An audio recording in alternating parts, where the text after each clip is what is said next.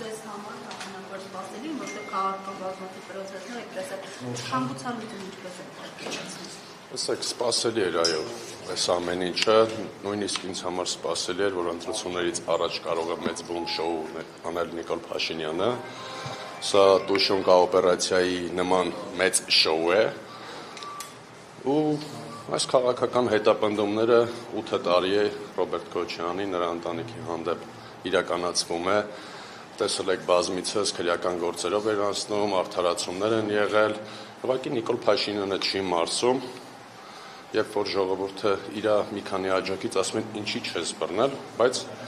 քաղաքացիների ասելը հիմնավոր չի, եթե մի քաղաքացի պահանջում է ինչ-որ բան, մենք ունենք իրավական, ըստ Նիկոլ Փաշինյանի պետություն պետք է իրավական գործընթացներում քննվի գործերը, իսկ իրավական գործընթացներում քննվել էր գործերը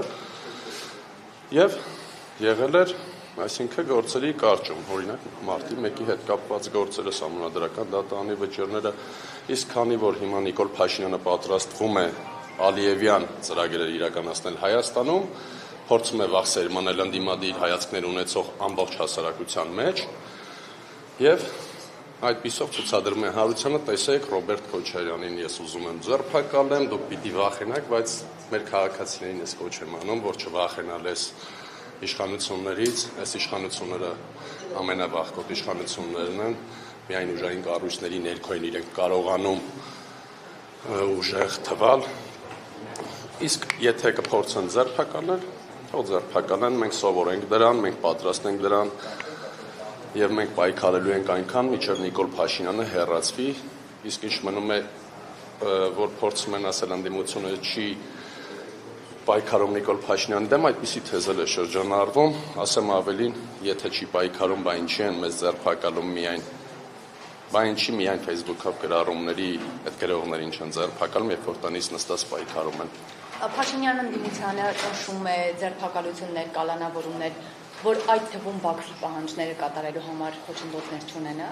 Այո, ես դա էի ներկայացնում, որ Բաքվի պահանջները երեկվա ազգային ժողովի Նիկոլ Փաշինյանի ելույթները, թե ցեղասպանության հետ կապված, թե սահմանադրության փոփոխության հետ կապված, ինքը հասկանալով, որ ազգային ժողովում չունի այն մեծամասնությունը, որ կարողանա սահմանադրությունը փոխել, այդ իսկ պատճառով հիմա վախ է սերմանում, փորձում է այլ մեթոդներ կիրառել, կարծում եմ ընդդիմությունը չպետք է տրվի Նիկոլ Փաշինյանի այս վախի մթնոլորտին եւ պետք է համառ պայքար տանի Նիկոլ Փաշինյանին թողնելով միայնակ իր փոքրամասնության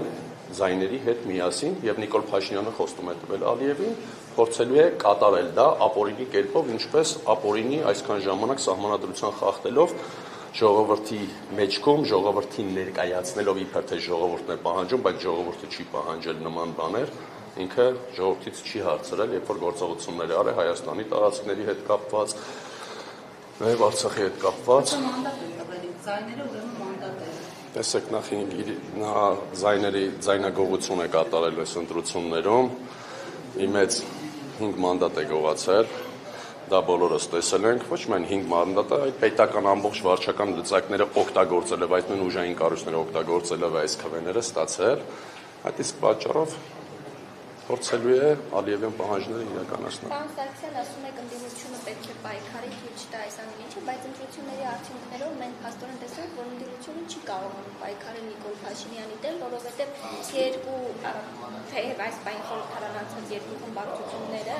չեն հավաքել այնքան ձայն, որքան հավաքել է Նիկոլ Փաշինյանի իշխանությունը միայնակ։ Ասեք, ես ներկայացրեցի, որ Նիկոլ Փաշինյանը ոչ միայն քվեագող է, գողացել է ձայները, այլև պետական ամբողջ ռեսուրսն է օգտագործել կեղծելով ընտրությունների արդյունքները։ Իրենք ասում են ընտրակաշառք են բաժանել Հայաստանում։ Ես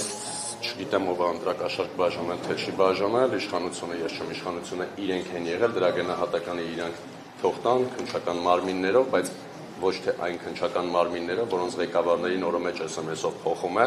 այսինքն հրանք չկատարելու հիմքով կարող է ուժային կառույցի ղեկավար մեկ գիշերում փոխել, ինչպես տեսնում եք նույն ազգային անվտանգության ծառայության պետերին մեկ գիշերում փոփոխություններ են տեղի ունենում, որը անթույլատրելի է Հայաստանի Հանրապետությունում, ազգային անվտանգության ծառայության պետը այնպիսի պաշտոն է, որ չի կարելի հենց ամիսը մեկ ուղղակի պաշտոնի փոփոխություն կատարել, որովհետև տիրապետում է պետական գաղտնիքներին եւ շատ բաների չի կարելի օրը մեջ փոփոխություն անել, իսկ ինչ մնում է Նիկոլ Փաշինյանի լեգիտիմությունը, Նիկոլ Փաշինյանը լեգիտիմ չի, Նիկոլ Փաշինյանը ընտրվել է պետական լծակների հաշվին, այն էլ ոչ մեծամասնություն, 50%-ից ավել ձայն չունի, հետևաբար նա չուներ նաև այն մեծամասնությունը, որ կարողանար բարձր պաշտոնների նշանակել նաև ուժային կառույցներում, եւ այդ ձայնը գողացավ ընդդիմության մի թևից, որ կարողանա գոնե դա կարողանա անել եւ ուժային կառույցներով պահել իր իշխանությունը։ Բայց նույնիսկ եթե այդպես է 700,000-ից ավելի ձայն է հավաքել։ Տեսեք, ես ներկայացրեց այդ 700,000 ձայնը, ինչպես է տեղի ունեցել։ Պետական ամբողջ լծակների միջոցով մարդկանց աշխատանքներից ստիպելով, որ կազատենք, ու դրանից հետո տեսել եք հայացքների։ Չկան այդ մասով, դա հանցագործություն է ստեղծել։ Ասեմ վարույթներ ինչի չկա, որովհետև իշխանությունը ինքն է, հետևաբար ես չեմ կարծում իշխանությունը ինքը իրեն պիտի ձերբակալի ընտրախախտումներ անելու համար։ Օրինակ կարող եմ բերել ընտրություններին վերջերս միջևես ընտրություններն էր, էլի ուսուցիչներին փորձել էին տանել իրենց քարոզարշավներին։ Այդ վիդեոները կային, ապացույցները կային, բայց իրենց կրթության նախարարը ասում էր փաստեր չկա։ Դա ընտրակեղծիք է, թե ոչ։